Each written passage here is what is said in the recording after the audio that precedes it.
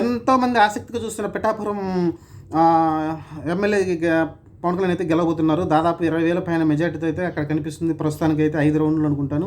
5 రౌండ్లు దాదాపు 20,000 మెజార్టీ ఉందంటే ఆల్మోస్ట్ గెలుపు ఖాయమైపోయింది అక్కడైతే పిఠాపురంలో అయితే.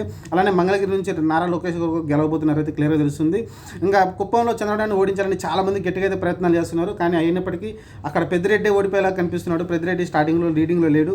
ఇప్పుడైతే కొంచెం చిన్న మెజార్టీ 45 ఓట్ల మెజార్టీ ఏమో కనిపిస్తుంది. కానీ ఓవరాల్గా చూసుకుంటే పెద్దిరెడ్డి రామచంద్రరెడ్డి అక్కడ ఏమీ ప్రభావం చూపించలేకపోయాడు. టీడీపీ అయితే క్లియర్గా చాలా దమ్ముగా చూపిస్తుంది. అక్కడ ఉన్న నగరిలో ఉన్న రోజా గారు ఓటమి పాలయ్యేలా కనిపిస్తున్నారు. ప్రస్తుతం లీడింగ్ అయితే లేరు. చూడాలి అది ఎండింగ్ వచ్చేసరికి లీడింగ్ ఎంత ఉందో చెప్పలేము. ఇది ప్రసారం కూడా అది 1000 ఓట్లు 1600 2000 ఓట్లలోనే మెజార్టీలోనే ఉంటుంది నగరి అనేది. అది ఎండింగ్కి వస్తే కానీ తెలియదు. ప్రస్తుతానికైతే రాయలసీమ మొత్తం దున్నేస్తుంది ఎన్డీఏ కూటమి టీడీపీ కూటమి అనుకోవచ్చు. ఇంకపోతే అందరు పెద్ద పెద్ద వాళ్ళందరూ అయితే టీడీపీలో ఉన్న వాళ్ళందరూ కూడా అయితే గెలుపు అవకాశాలు క్లియర్గా కనిపిస్తుంది. లాస్ట్ టైం పవన్ కళ్యాణ్ 2 చోట్ల ఓడిపోయినప్పటికీ ఈసారి అయితే పిఠాపురంలో అయితే చాలా భారీ మెజార్టీతో గెలవబోతున్నారని అయితే తెలుస్తుంది. ఇప్పుడున్న అప్డేట్ ఇదే. మరి పవన్ కళ్యాణ్ అయితే అసెంబ్లీలో అడుగు పెడుతున్నాడని అయితే క్లియర్గా మనకైతే కనిపిస్తుంది.